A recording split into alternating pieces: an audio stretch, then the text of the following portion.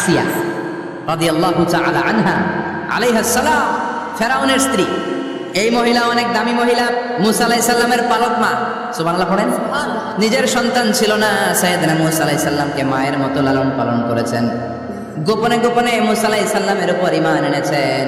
গোপনে গোপনে রাত্রিবেলা তাহাজ্জুদ করে চোখের পানি ছেড়ে চাইতেন কার কাছে? ফেরাউনের বউ আর ফেরাউনের ফিনান্স মিনিস্টার, অর্থমন্ত্রীর বউ, দুইজন লুকিয়ে কালিমা পড়ে মুসলমান। ফেরাউন কিছু জানে না। সুবহানাল্লাহ। কি আল্লাহর খেলা! ফেরাউন লক্ষ লক্ষ বনী ইসরাইলের ছোট্ট বাচ্চাকে জবাই করেছে একটা বাচ্চাকে ঠেকানোর জন্য। নাম কি? মুসা। আর ফেরাউনের ঘরে আল্লাহ মুসাকে বড় করলেন। কোন সুবহানাল্লাহ! লুকিয়ে লুকিয়ে ঈমান আনলো। ফেরাউনের বউ আসিয়া, অর্থমন্ত্রীর বউ, দুইজন মিলে ফেরাউনের কাছে ঘটনা পৌঁছে গেল, খবর পৌঁছে গেল। ফেরাউন ডেকে পাঠালো। দুধের বাচ্চাকে নিয়ে ফেরাউনের অর্থমন্ত্রীর বউ হাজির। কুখ্যাত সন্ত্রাসী ফেরাউনের নিজের বউ আসিয়া হাজির। ফেরাউন বলে, এক আল্লাহর উপর কুফরির ঘোষণা দে, আল্লাহকে ভুলে যা, আমার পায়ের সামনে সেজদা দে, আমি মাফ করে দেব। আসিয়ার এক কথা, জীবন যাবে কিন্তু ঈমান যাবে। ফেরাউনের অর্থমন্ত্রীর স্ত্রীরও এক কথা, যে আল্লাহর কাছে আমরা মাথা নত করেছি, পৃথিবীর কোন শক্তির কাছে ওই মাথা নত হতে পারে না। ফেরাউন বলল, তাই নাকি? দেখি তোদের ঈমানের পাওয়ার কত বড়।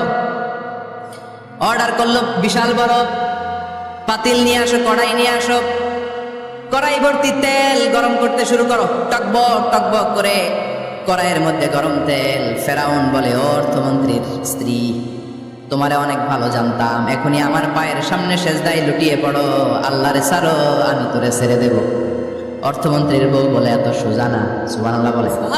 কি ঈমান? ঈমানের পথে অবিচল থেকে আমার মরণ যেন হয়, তোমারই কাছে মিনতি আমার, তোমারই কাছে মিনতি আমার, মহামহিম দয়াময়,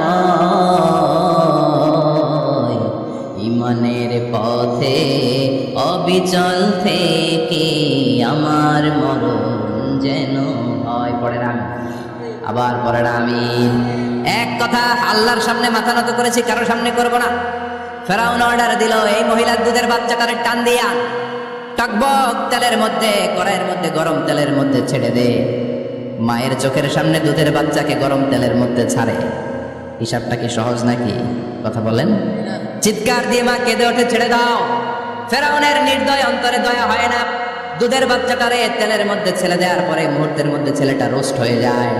কিন্তু ছেলেটা হাত উঁচু করে ডেকে বলে, মা ভয় পেও না, তোমরা দেখো টকবগে কড়াইয়ের ভেতরে তেল, আসলে মা এটা আগুন না, এটা জান্নাতের বাগান। ও মা, ফেরাউনের দিকে তাকাস না রে মা, আমার মতো দৌড় দিয়ে তেলের মধ্যে ঝাঁপ দে। আল্লাহু আকবার। ফেরাউনের অর্থমন্ত্রীর বউয়ের ঈমান দ্বিগুণ হয়ে যায়, তিনগুণ হয়ে যায়। সে বলে, ফেরাউন, গোটা পৃথিবীটারে এক পাশে করতে পারবি, কিন্তু আমার মাথাটা তোর পায়ের সামনে নোয়াতে পারবি?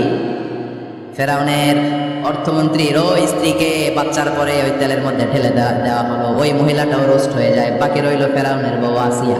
কি নাম? আসিয়া কিন্তু দৃশ্যটা দেখেছে, চাক্ষুষ মৃত্যু দেখেছে দুইজনের। ফেরাউন বলে, আসিয়া, কত অন্তরঙ্গ সম্পর্ক আমাদের, আজীবন কত ভালোবাসা ছিল, কত খুনসুটি ছিল, কিন্তু আমার পায়ের মধ্যে সেজদা দিয়ে প্রমাণ কর তুই আমারে ভালোবাসিস। আসিয়ারও একই কথা, জীবন দিব কিন্তু ঈমান দিব না। ফেরাউন বলল, তোকেও আমি ছাড়বো না, তোকে আমি উলঙ্গ করব।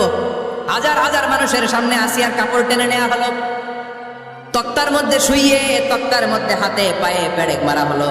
হাতের এই পাশ দিয়ে পেরেক ঢুকে ওই পাশ দিয়ে বেরোয়, তক্তার এ পাশ দিয়ে ঢুকে ও পাশ দিয়ে বের হয়, ফিনকি দিয়ে রক্ত বের করে। আসিয়া সহ্য করতে না পেরে ডেকে বলে, আল্লাহ, ফেরাউন থেকে তুমি আমারে বাঁচাও।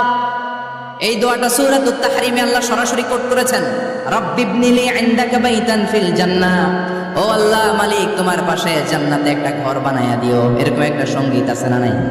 এই সঙ্গীতটা সরাসরি সূরাতুত তাহরিম আসিয়ার দোয়া থেকে কোট করা হয়েছে। পড়েন সুবহানাল্লাহ।